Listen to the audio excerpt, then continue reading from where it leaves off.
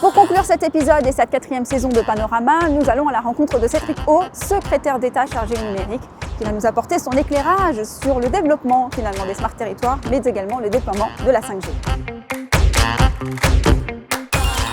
Cédric O, bonjour. Bonjour. Vous êtes secrétaire d'État chargé du numérique. En quoi la 5G peut être une opportunité dans le déploiement de territoires intelligents aujourd'hui ? Alors non seulement la 5G est une opportunité, c'est une obligation. C'est-à-dire qu'il n'y aura pas de territoire intelligent sans 5G. Pour une raison assez simple, c'est que les territoires intelligents nécessitent une multiplicité des connexions. On a besoin de connecter nos réseaux de transport, nos réseaux d'utilities, donc l'eau, le gaz, l'électricité, les véhicules qui se déplacent, demain notre agriculture, nos interfaces de santé, etc., etc.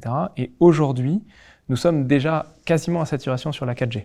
Par ailleurs avec une efficacité énergétique assez faible. Et donc, si on veut faire en sorte de connecter l'ensemble de ces territoires, d'offrir demain les services qui sont liés à la Smart City, on a besoin de déployer de nouveaux réseaux de communication.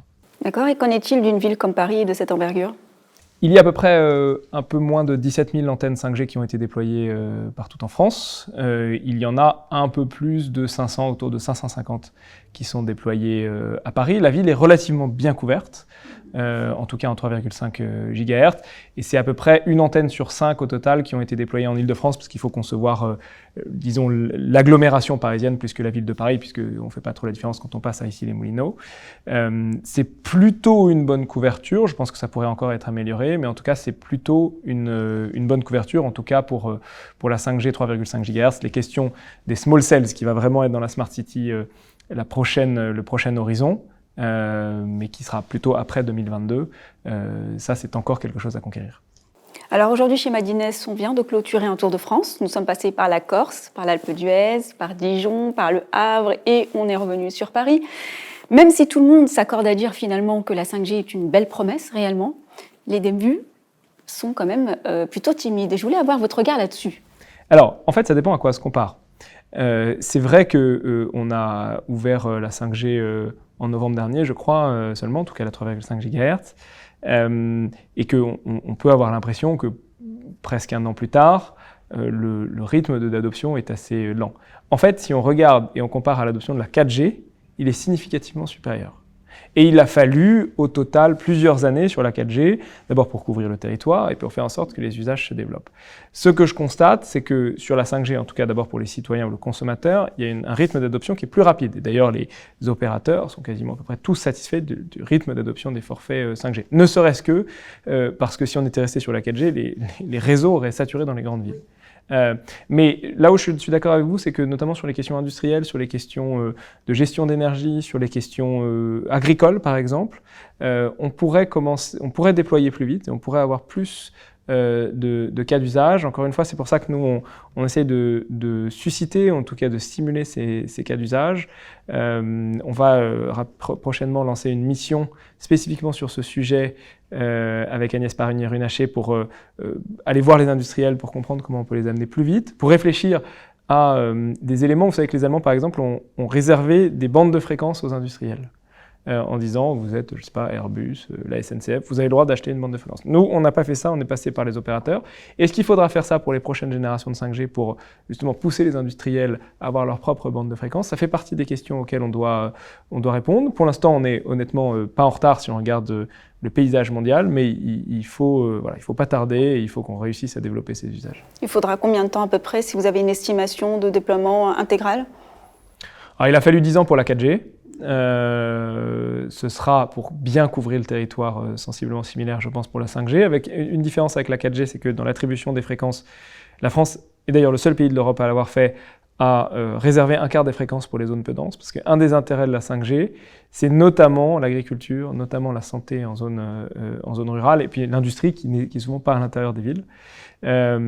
Et alors, par ailleurs, il faut découper un peu. Il y a la 5G 3,5 GHz, puis il y a la 5G 26 GHz, qui n'a été déployée à ce stade, je crois, qu'en Chine et en Corée du Sud, qui est vraiment les small cells et qui est la version de la 5G qui maximise l'utilité. Nous n'avons pas encore fait l'attribution de fréquences. On a dit qu'on ne le ferait pas avant 2022, enfin en tout cas avec les élections présidentielles.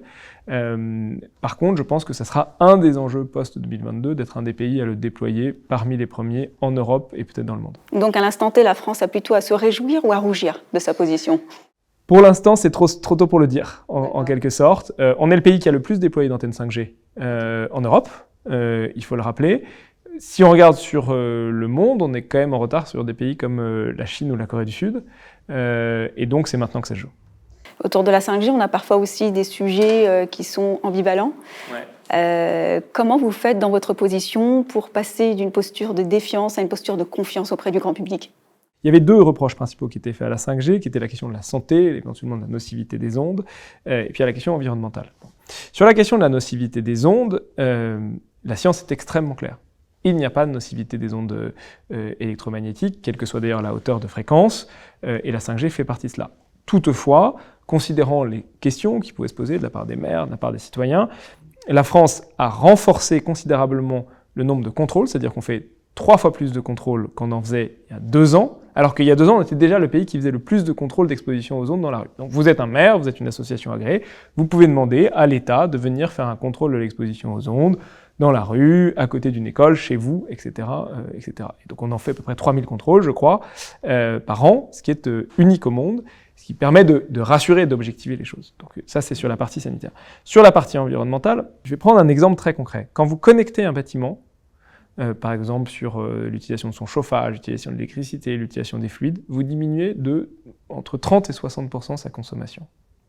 Quand vous connectez une exploitation agricole, par exemple en arrosant que dès lors que l'humidité baisse, vous réduisez la consommation d'eau, la consommation de pétrole, la consommation d'intrants phytosanitaires, entre 20 et 30% également. Quand vous connectez un système logistique, vous pouvez réduire, en optimisant les déplacements et le juste à temps, la consommation de l'ordre de 20 à 30%.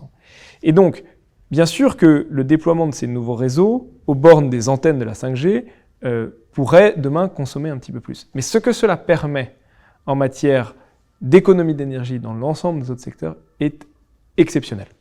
Et donc nous avons totalement intérêt, si nous voulons faire en sorte de réduire notre consommation, certes de modifier notre comportement, mais surtout de déployer ces nouveaux réseaux qui nous permettent d'optimiser très largement nos fonctionnements et l'efficacité de nos systèmes, parce qu'à la clé, il y a énormément d'économies d'énergie. La 5G, c'est pas seulement une opportunité pour les grandes industries, mais aussi possiblement pour les jeunes startups. Quelle opportunité justement ça peut leur apporter?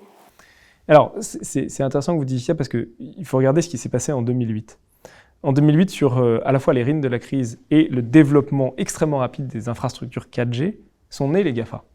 Et donc, ce moment de bascule dans l'histoire a créé l'émergence de nouveaux acteurs qui étaient, ils sont créés un peu avant, mais leur explosion, c'est à ce moment-là. Et donc, la situation actuelle, à la fois avec l'accélération de la numérisation qui est portée par la crise, la fragilisation de certains acteurs portés par la crise, et puis le déploiement d'énormément de nouvelles technologies, c'est vrai de la 5G, ça peut être vrai de l'intelligence artificielle, du quantique, sont un moment d'opportunité historique pour les startups.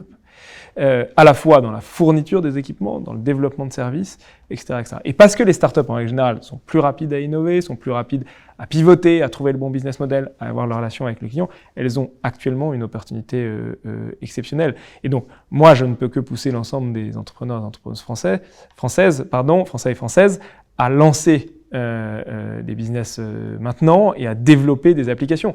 On a, par exemple, à Paris, je disais qu'il y avait plus de environ 550 antennes. Bon, Paris est bien couvert, je pense que c'est l'opportunité de développer du business sur la 5G.